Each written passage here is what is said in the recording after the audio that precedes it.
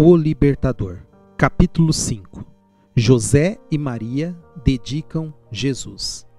Este capítulo é baseado em Lucas capítulo 2, verso 21 até o verso 38. Cerca de 40 dias após o nascimento de Cristo, José e Maria o levaram a Jerusalém para apresentá-lo ao Senhor e para oferecer sacrifício. Como nosso substituto, Cristo devia cumprir a lei em cada ponto. Ele já havia sido circuncidado como sinal de sua obediência à lei. Como oferta da parte da mãe, a lei requeria um cordeiro para a oferta queimada e uma pomba ou uma rolinha para a oferta pelo pecado. Essas ofertas tinham que ser sem defeito, pois representavam a Cristo. Ele era o cordeiro sem mancha e sem defeito.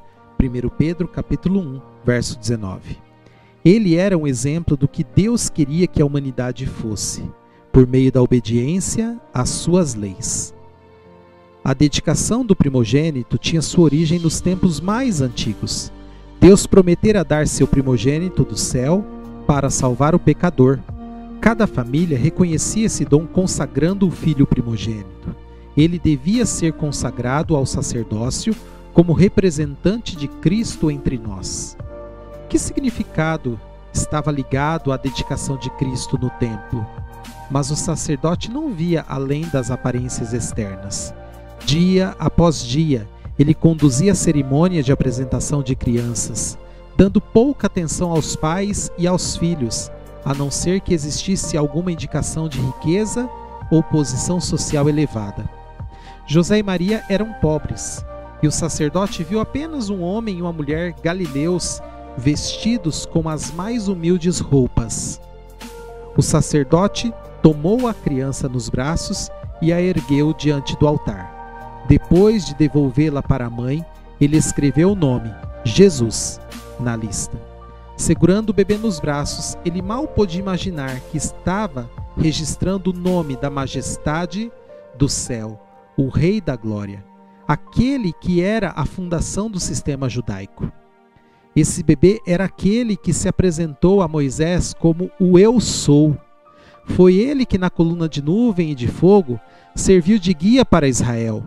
Ele era o desejado de todas as nações, a raiz e a geração de Davi, a resplendente estrela da manhã, conforme Apocalipse capítulo 22, verso 16. Aquele frágil bebê era a esperança da humanidade caída. Ele devia pagar o resgate pelos pecados de todo o mundo. Embora o sacerdote não visse nem sentisse nada anormal, aquela ocasião não passou sem que tivesse algum reconhecimento de Cristo. Havia em Jerusalém um homem, chamado Simeão, e o Espírito Santo estava sobre ele. Fora-lhe revelado pelo Espírito Santo que ele não morreria antes de ver o Cristo do Senhor. Lucas capítulo 2, verso 25 a 26. Simeão e Ana reconhecem Jesus. Quando entrou no templo, Simeão ficou muito impressionado ao ver que a criança que estava sendo apresentada ao Senhor era aquele que ele tanto desejava ver.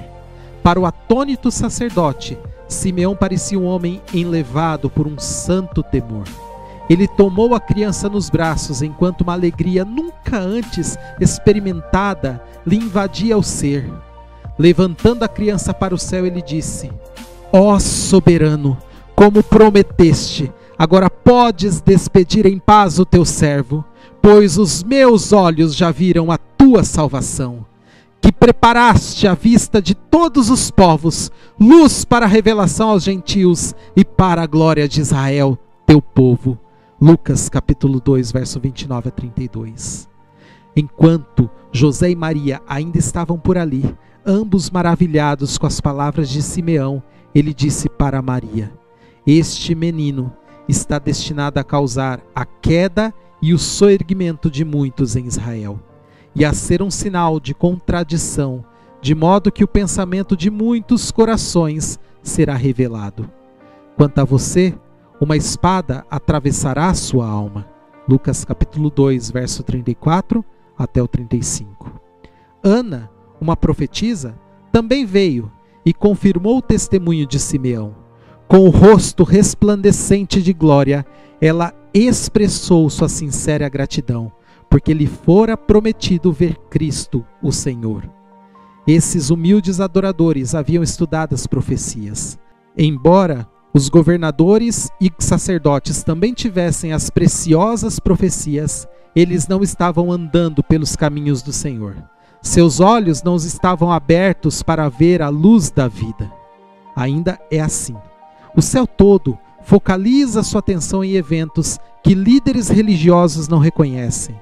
As pessoas reconhecem a Cristo na história, mas não estão mais dispostas hoje a receber a Cristo no pobre, no sofredor que suplica alívio e nas causas justas que envolvem pobreza e escárnio do que estavam 2000 anos atrás.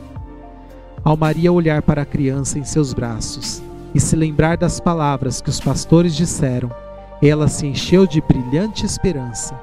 As palavras de Simeão lhe trouxeram à mente a mensagem profética de Isaías. O povo que caminhava em trevas viu uma grande luz. Sobre os que viviam na terra da sombra da morte raiou uma luz. Porque o menino nos nasceu, um filho nos foi dado, o governo está sobre os seus ombros, e ele será chamado Maravilhoso, Conselheiro, Deus Poderoso, Pai Eterno, Príncipe da Paz. Isaías capítulo 9, verso 2 até o verso 6. A angústia que a mãe de Cristo conheceria. Maria, no entanto, não compreendia a missão de Cristo. Simeão havia profetizado que ele seria uma luz a iluminar dos gentios, e os anjos tinham anunciado o nascimento do Salvador como boas novas de alegria para todos os povos. Deus queria que todos vissem nele o Redentor do mundo. Muitos anos tinham que passar antes que a mãe de Jesus pudesse entender. Maria não enxergava o batismo de sofrimento que era necessário para instaurar o reino do Messias no trono de Davi. Com as palavras de Simeão a Maria, uma espada atravessará sua alma.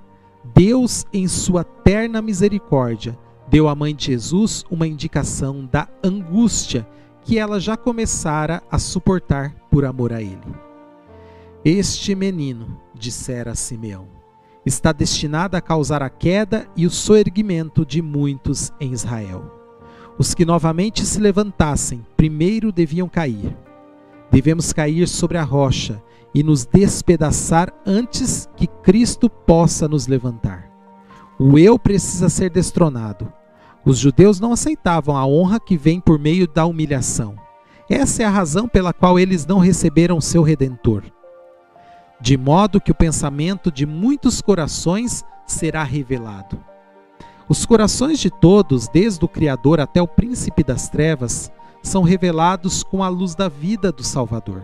Satanás tinha representado a Deus como egoísta, mas o dom de Cristo testifica que, embora o ódio que Deus tem pelo pecado seja tão forte como a morte, seu amor pelo pecador é ainda mais forte.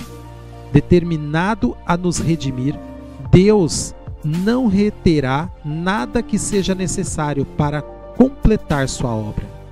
Tendo colhido as riquezas do universo, ele dá todas elas nas mãos de Cristo e diz: use essas dádivas para convencer a raça humana de que não há amor maior que o meu.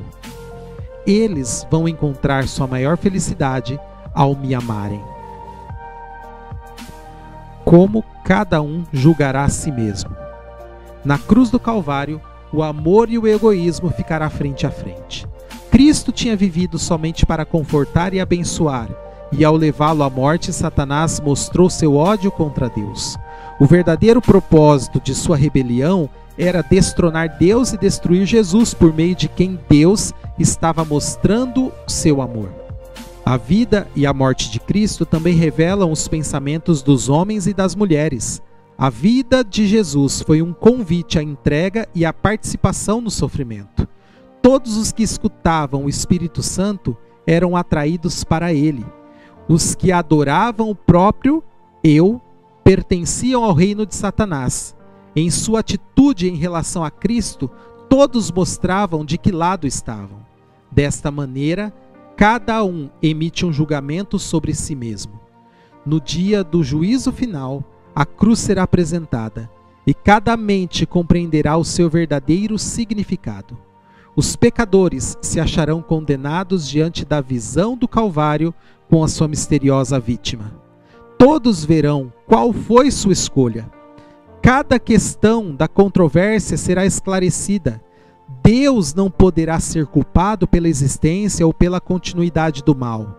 Ficará provado que não havia falhas no governo de Deus. Tanto os leais como os rebeldes declararão: justos e verdadeiros são os teus caminhos, ó Rei das nações. Os teus atos de justiça se tornaram manifestos. Apocalipse capítulo 15, verso 3 e 4.